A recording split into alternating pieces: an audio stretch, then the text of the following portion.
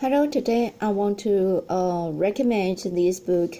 This book called Green Glass House, and the author is Kat Milford, and it's a very great novel for the children, or some adults will like it too. So here the story is here is wintertime at Green Glass House. The Cricket Smugglers Inn is always quiet during this season.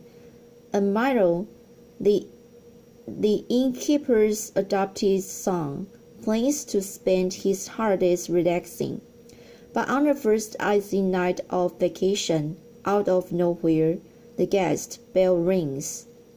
Then rings again and again. Soon Milo's home is bursting with odd, secretive guests, each one bearing a strange story that is somehow connected to the rambling old house. As objects go missing and the tempers flare, Milo and Maddie, the cook's daughter, must decipher clues and untangle the web of deepening mysteries to discover the truth about Green Glass House and themselves. So I have the read. Here is 62. So now he decided the negrate it is. Maddie said, writing the new name in the margin. She set down her pencil and stretched. Well, that was a good morning's work. She tore a page out of her notebook along with several others and handed them to Milo. I need you to do something for me. Make a floor plan of the house. She held out her pencil. The whole house? Yes, a plan for each floor. Start with this one. We are going to need them. She gathered the rest of the papers and the books into a neat pile, tucked them into the corner, clambered out from behind the tree, stretched again, and headed for the stairs. Milo leaned out for a look at the clock on the mantelpiece. It was just before noon.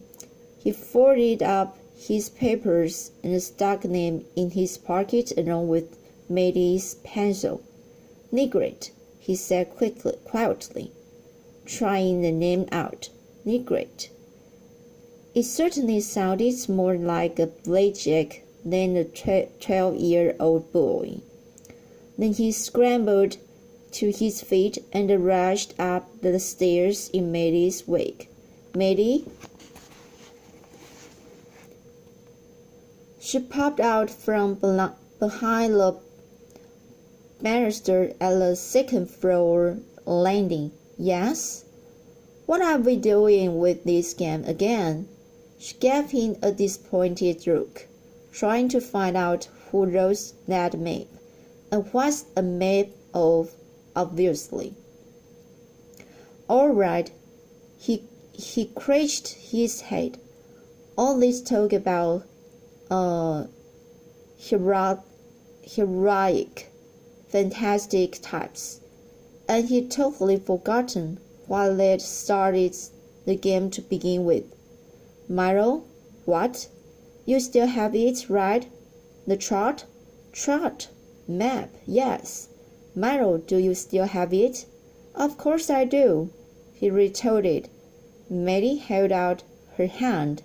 Well, I don't have it on me. Why on earth not? You just left it somewhere.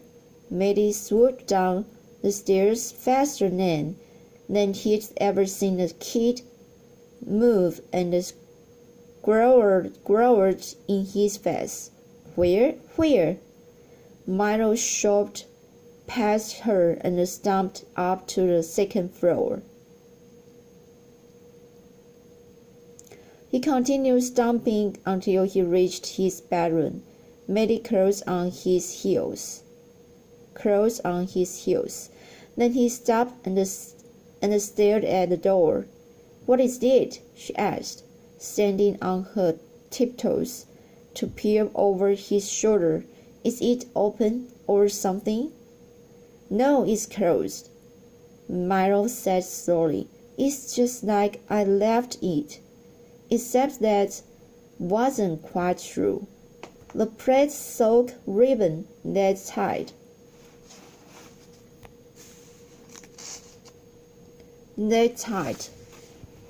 The jingle bell to his door wasn't the same. The bow he had knitted when he slept that morning was crumpled.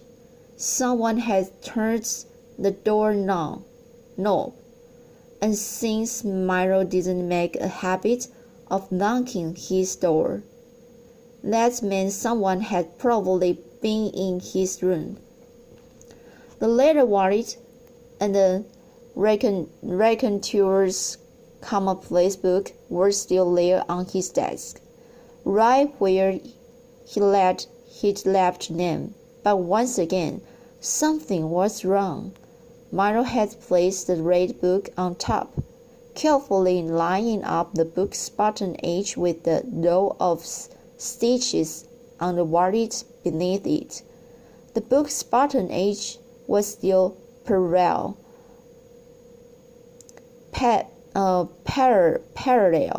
to the wallet's, but it no longer sat directly atop the row of stitches. He moved the book aside, picked up the wallet, and flipped it open. The folded paper in the left-hand pocket was old and green-tingled, but Milo knew right away that it wasn't the same. He could feel Matty watching him as he carefully eased out the page with two fingers and unfolded it. It was blank. No washes of blue, no green dots, nothing. "Somebody stole it," Milo said. "Somebody stole it," Milo said, confused.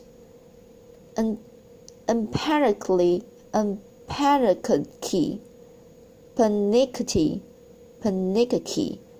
A panicky feeling was coming up in his throat, but it wasn't the familiar anxiety he usually felt when things didn't happen the way he expected them to. This wasn't just some random surprise. This was legitimately bad. This made things different somehow. "Well, I don't know if we can really assume it was stolen," Matty said, reaching for a green page, which now dangled, forgotten, from his fingers. "If the person it belonged to took it, you'd sort of have to say they found the map and took it back." Milo shook his head. "Somebody broke into my room," he said lumbly, because of course that was what really mattered.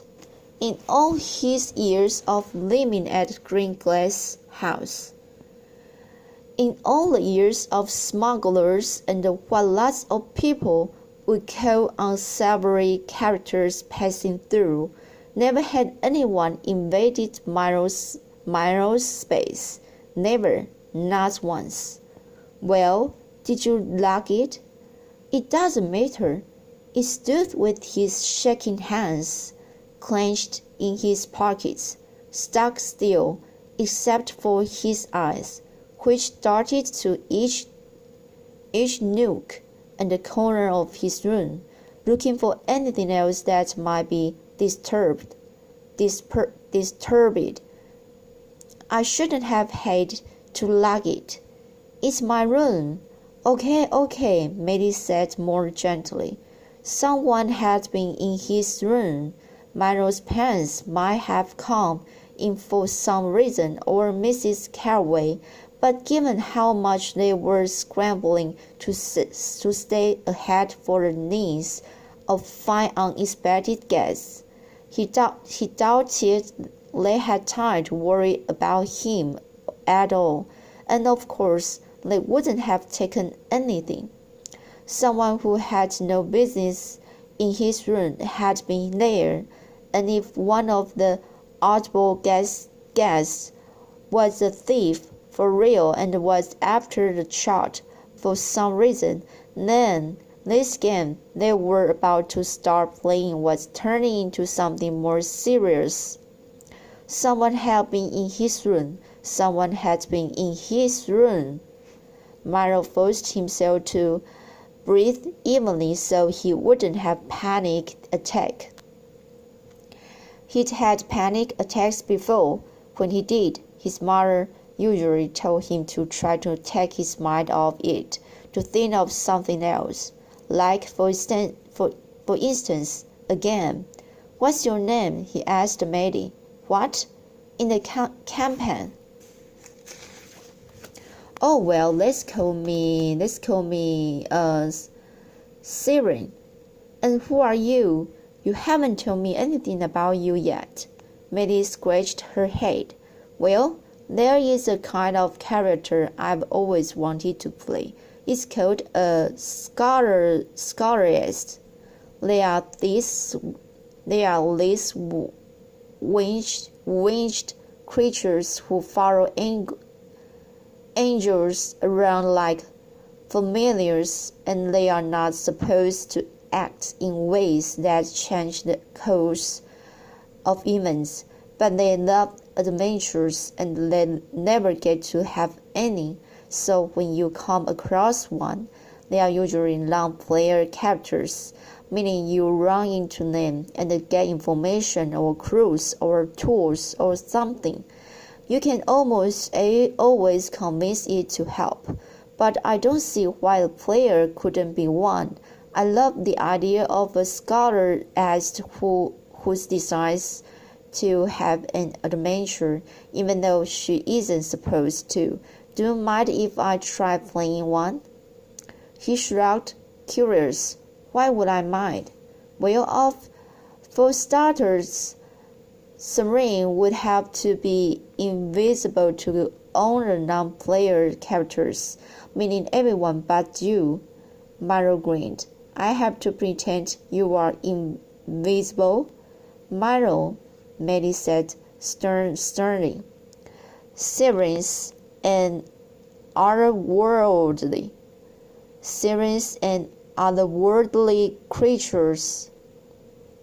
creature who is not supposed to interact, just observe,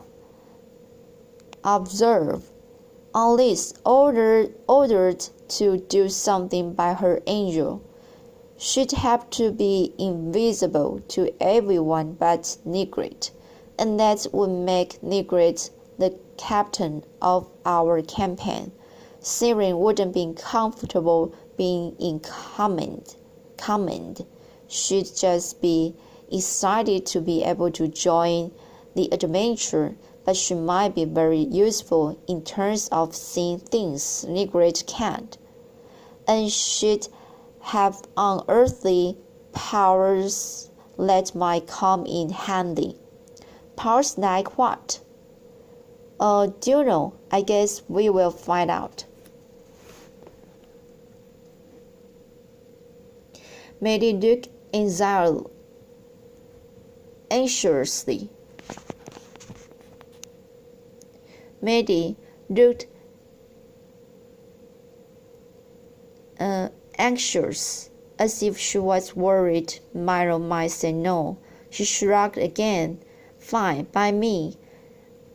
Siren it is. Siren you are, I mean. Welcome to the campaign." He held out his hand, and they solemnly shook on their new identities. "Anything else I need to know before I start?" Maddie blew out a mouthful of air. Let's see. Always check for traps. That is always right unless they are a middle. Always put your healer in the best armor and wear your magic rings on your toes instead of your fingers. What else? Always have dope. She counted this off on her fingers as Milo listened, wondering if any of it ought to be making sense to him. Never mind, Maddie said when at last she noticed his bewildered bewildered